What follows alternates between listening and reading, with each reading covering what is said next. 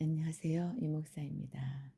오늘은 두 번째 시간 은혜 언약과 함께 주어진 표징들, 하나님께서 택한 백성과 은혜 언약을 체결하실 때 그 언약의 영원 불변성을 강조하기 위하여 표징들을 사용하셨습니다. 하나님께서는 눈으로 인식되는 실제적인 표징을 주심으로 하나님의 은혜 언약이 만세와 만대에 지속되며 나아가 반드시 성취된다는 아주 강력한 메시지를 전달하셨습니다. 이제 하나님의 구속 역사에서 은혜 언약이 체결될 때마다 보여주신 대표적인 표징들을 살펴보겠습니다. 첫째, 여자의 후손 약속의 가죽옷. 아담과 하와의 타락 후에 하나님께서는 뱀의 머리를 상하게 할 여자의 후손을 약속하셨습니다. 창세기 3장 15절. 이 여자의 후손은 타락한 인류를 구원하기 위하여 장차 오실 예수 그리스도에 대한 확실한 약속입니다. 이사야서 7장 14절, 마태복음 1장 23절, 갈라디아서 4장 4절. 이 약속은 언약에 대한 최초의 계시라고 볼 수 있습니다. 우리의 유일한 구주이신 예수님께서는 처녀 마리아의 몸에서 성령으로 잉태되어 도성인신하심으로 이 약속을 성취하셨습니다. 하나님께서는 여자의 후손을 약속하신 후에 가죽옷을 손수지어 아담과 하와에게 입혀주셨습니다. 이것은 여자의 후손을 통해서 이루어질 속죄의 방도를 보여줄 뿐만 아니라 나아가 여자의 후손에 대한 약속을 확증시켜준 표징이었습니다. 두 번째, 노아 언약의 방주와 무지개. 노아 시대의 언약은 홍수 전과 홍수 언약으로 나뉩니다. 홍수 전에 하나님께서는 홍수 심판을 예고하시면서 노아에게 방주의 식양을 지시하신 후 창세기 6장 14절에서 16절 천지 만물의 보존 언약을 맺으셨습니다. 창세기 6장 18절에서 20절 홍수 심판 속에서 경건한 노아와 그의 가족과 방주에 들어간 생물들을 보존하심으로 그들을 통해 새로운 창조 질서를 세우고자 계획하신 것입니다. 창세기 8장 17절, 9장 1절, 7절 19절.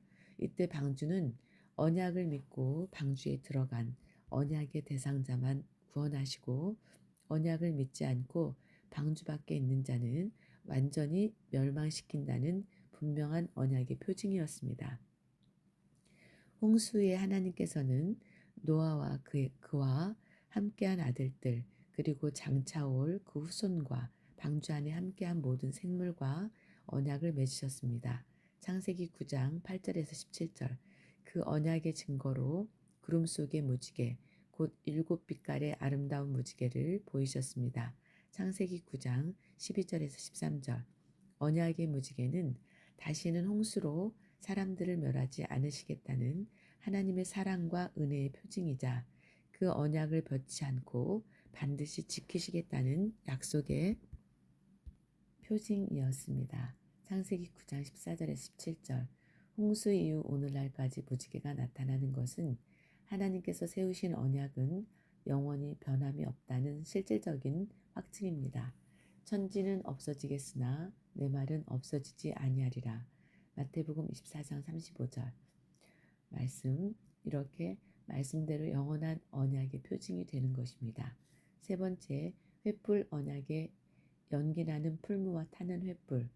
하나님께서는 일찍이 아브라함과 7번에 걸쳐서 언약을 체결하셨습니다. 창세기 12장 1절에서 3절, 7절, 13장 14절에서 18절, 15장 1절에서 21절, 17장 1절에서 14절, 18장 10절, 22장 15절에서 18절 7번에 걸쳐 맺은 언약의 중심이 되는 언약은 횃불 언약입니다. 이 언약은 아브라함 자손에 대한 약속과 가나안 땅에 대한 약속, 창세기 15장 1절에서 6절, 15장 7절에서 21절로 이루어져 있습니다. 하나님께서는 이 언약의 확증을 연기나는 풀무와 타는 횃불이라는 표징을 통해 나타내셨습니다. 창세기 15장 17절에서 해가 져서 어두울 때에 연기나는 풀무가 보이며 타는 횃불이 쪼갠 고기 사이로 지나더라 라고 말씀하고 있습니다. 연기나는 풀무는 앞으로 이스라엘이 애굽에서 당하게 될 혹독한 고난을 암시합니다. 성경에서는 애굽을 쇠풀무, 신명기 4장 20절, 에레미야 11장 4절, 또 철풀무로 표현하고 있습니다. 열왕기상 8장 51절. 또한 타는 횃불은 쉬지 않고 일하시는 하나님의 임재와 현현, 그리고 지속적으로 영원히 언약을 성취하시는 하나님의 역사를 나타냅니다. 신명기 4장 12절, 15절, 이사야서 10장 17절, 62장 1절 말씀. 네 번째, 아브라함 언약의 할례. 창세기 17장을 볼 때 하나님께서는 아브라함 99세 때 그와 다시 언약을 체결하셨습니다. 그리고 그와 그 자손이 언약 백성임을 증거하는 외적인 표로 할례를 명령하셨습니다. 창세기 17장 9절에서 14절, 출애굽기 4장 24절에서 26절. 할례란 한자로 나눌 할 예도레로 이스라엘 백성 중 남자를 대상으로 난지 8일 만에 생식기 끝부분 주위에 덮여있는 포피를 베어 제거하는 예식입니다. 차돌 혹은 부싯돌로 날카로운 칼을 만들어 사용하였습니다. 출애굽기 4장 25절, 여호수아 5장 2절에서 3절, 창세기 17장 11절에서 너희는 양피를 베어라. 이것이 나와 너희 사이의 언약의 표징이니라. 13절에서 내 언약이 너희 살에 있어 영원한 언약이 되려니와 라고 말씀하고 있습니다. 이처럼 할례는 그 자체가 언약일 뿐만 아니라 창세기 17장 10절 신체 일부에 언약의 표를 둠으로써 여호와의 언약을 영원히 기억하게 하는 표징인 것입니다. 사망의 피를 빼고 난 후에는 언약의 피가 흐르는 언약의 자손으로 신분이 변화되었습니다. 창세기 17장 13절, 레위기 17장 11절, 로마서 5장 12절. 그러나 할례를 받지 않으면 언약 백성에서 끊어지게 됩니다. 창세기 17장 14절. 할례의 대상자는 아브라함과 그 자녀들뿐만 아니라 종들과 종들의 자녀들까지 포함합니다. 이는 이방인들까지도 언약의 대상자이자 표징을 가지는 대상임을 보여주며 만약 아브라함의 자손이라도 언약의 표징이 없다면 언약 백성의 자격을 상실할 수 있음을 의미합니다. 유대인들은 할례를 육체의 자랑으로 여기거나 갈라디아서 6장 13절 구원의 조건으로 삼았습니다. 사도행전 15장 1절에서 어떤 사람들이 유대로부터 내려와서 형제들을 가르치되 너희가 모세의 법대로 할례를 받지 아니하면 능히 구원을 얻지 못하리라 하니 라고 말씀하고 있습니다. 그러나 육체의 할례보다 더 중요한 것은 마음의 할례. 신명기 10장 16절, 30장 6절, 에레미야 4장 4절, 또 귀의 할례입니다. 에레미야 6장 10절, 사도행전 7장 51절. 에레미야 선지자는 이스라엘이 마음의 할례를 받지 못한 것은 이방인이 육체의 할례를 받지 못한 것과 같은 것이라고 파격적인 선언을 하였습니다. 에레미야서 9장 25절에서 26절. 진정한 할례는 육체의 할례가 아니라 마음의 할례입니다. 로마서 2장 25절에서 29절. 그리스도 예수 안에서는 할례나 무할례가 효력이 없으되 사랑으로서 역사하는 믿음뿐입니다. 갈라디아서 5장 6절. 구약의 할례는 오늘날 성도의 세례와 같은 의미를 가집니다. 세례는 그리스도의 죽으심과 부활에 동참하는 것에 대한 상징적 의미를 지닙니다. 골로새서 2장 11절에서 12절. 또 그 안에서 너희가 손으로 하지 아니한 할례를 받았으니 곧 육적 몸을 벗는 것이요 그리스도의 할례니라. 너희가 세례로 그리스도와 함께 장사한 바 되고 또 죽은 자들 가운데에서 그를 일으키신 하나님의 역사를 믿음으로 말미암아 그 안에서 함께 일으키심을 받았느니라 라고 말씀하고 있습니다. 오늘날 육적 몸, 곧 옛사람을 벗어버리고 십자가의 피로 정결하게 씻어 거듭난 자들은 모두 손으로 하지 아니한 그리스도의 할례를 받은 자들입니다. 골로새서 2장 11절에서 15절. 다섯 번째, 시내산 모압 언약의 돌판과 성막과 제사법. 시내산 언약에서는 모세가 제물의 피를 취하여 단과 백성과 율법책이 뿌리면서 너희와 세우신 언약의 피라고 선언하였습니다. 출애굽기 24장 6절에서 8절, 히브리서 9장 19절에서 22절. 그리고 하나님께서 친수로 쓰신 언약의 두 돌판을 언약의 표징으로 받았습니다.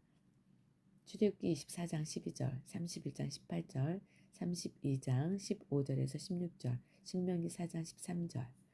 그리고 하나님께서는 이스라엘 백성에게 눈에 보이는 임마누엘의 강력한 표징으로 성막과 제사법을 계시하여 주셨습니다.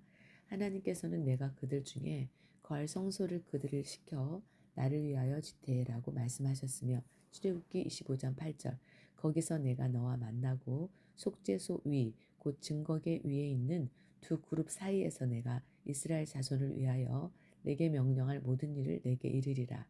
출애굽기 25장 22절 이렇게 말씀하셨습니다. 성막이 완성되는 날 하나님의 임재를 상징하는 영광의 구름이 그 위에 머물렀습니다.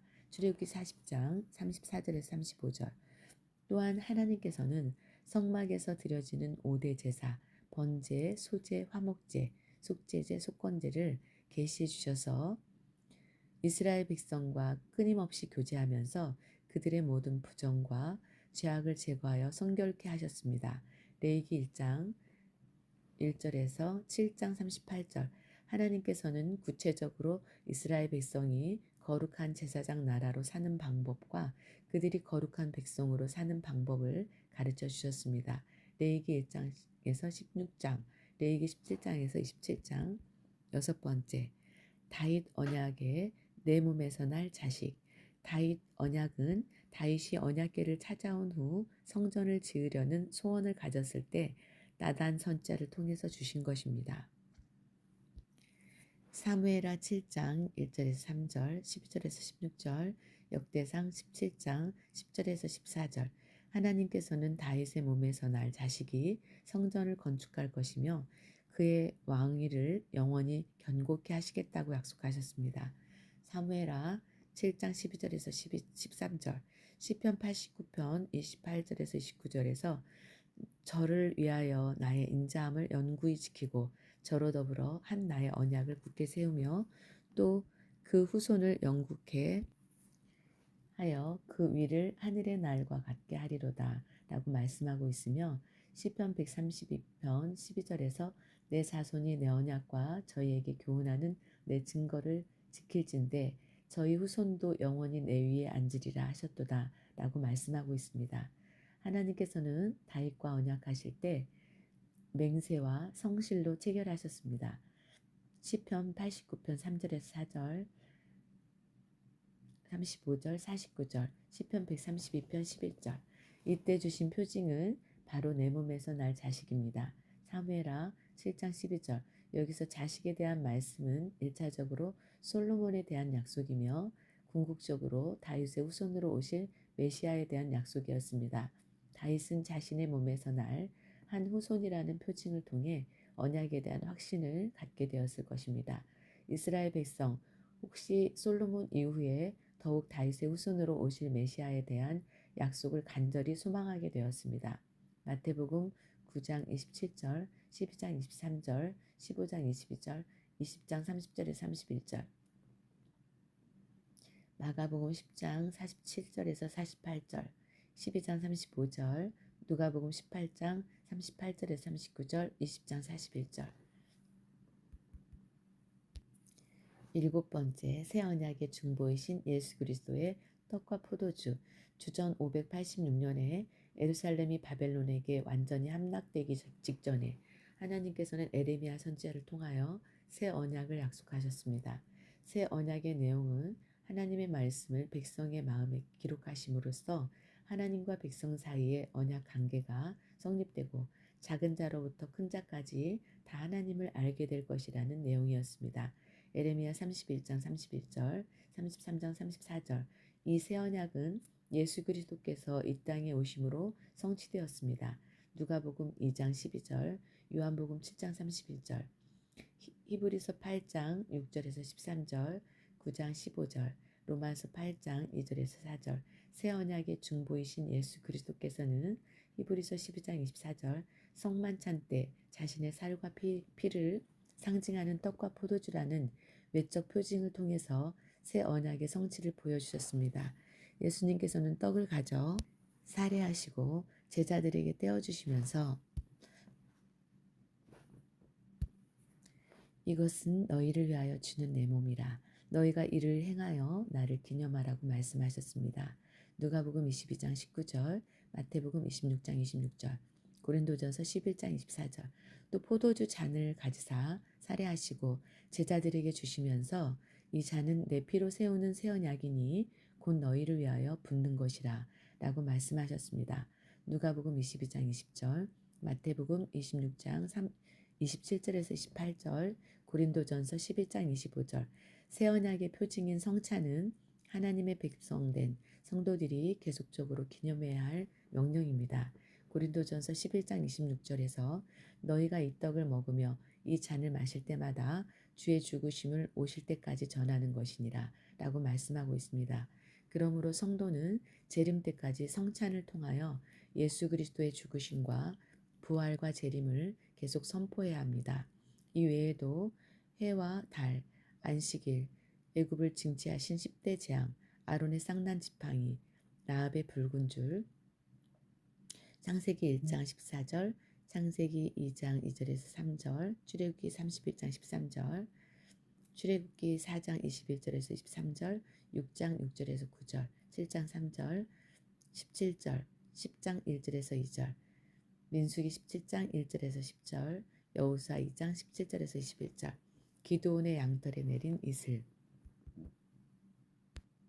사사기 6장 36절에서 40절, 엘리야 아들들의 죽음, 사무엘상 2장 34절, 사울의 애언, 사무엘상 10장 6절에서 13절, 아들을 낳은 처녀, 이사야서 7장 10절에서 14절, 여러 상징적인 행동, 이사야서 20장 3절, 에스겔서 4장 1절에서 3절, 회복의 역사를 나타내는 잣나무와 화석류, 이사야서 55장 13절, 복음을 기록한 서신, 데살로니가후서 3장 17절 등이 표징으로 주어졌습니다.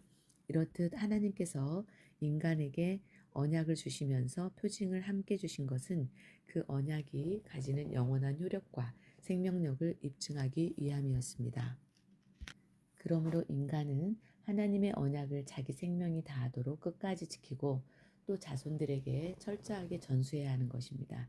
디모데전서 1장 17절에서는 하나님을 만세의 왕, 곧 썩지 아니하고 보이지 아니하고 홀로 하나이신 하나님으로 고백하고 있습니다. 하나님께서는 보이지 않는 영이시며 말씀이십니다. 요한복음 1장 1절, 요한복음 4장 24절. 하나님은 눈앞에 확실하게 보이는 뚜렷한 표징을 주심으로 하나님의 언약 전부가 거짓이 조금도 없는 진실 그 자체이며 그 약속한 내용이 하나도 빠짐없이 반드시 이루어질 것을 나타내셨습니다. 따라서 이러한 표징들은 오늘날 하나님의 백성에게 하나님의 언약을 현재에 항상 기억하도록 해주며 언약 성취의 날을 고대하며 변함없는 소망을 품고 살게 하는 원동력이 됩니다. 그것이 종국에는 시편 기자의 고백대로 원수를 부끄럽게 할 은총의 표징, 시편 86편 17절 최후 승리의 표적이 되는 것입니다. 본서에서는 하나님과 은혜 언약 관계 안에서 자기 백성에게 하나님을 섬기는 법으로 가르쳐 주신 구체적인 표징인 구약의 제사 규례와 그 규례를 집례하는 제사장의 위임식과 취임식, 그리고 하나님께서 자기 백성과 함께 하심을 보이시는 임마누엘의 표징인 언약궤 옆에 보관된 율법책을 집중적으로 연구할 것입니다. 오늘 또 하나님이 약속하신 말씀에 대해서 또 그것이 나타난 표징에 대해서 자세히 알아보았습니다. 이목사였습니다. 오늘도 행복하고 즐거운 날 되세요.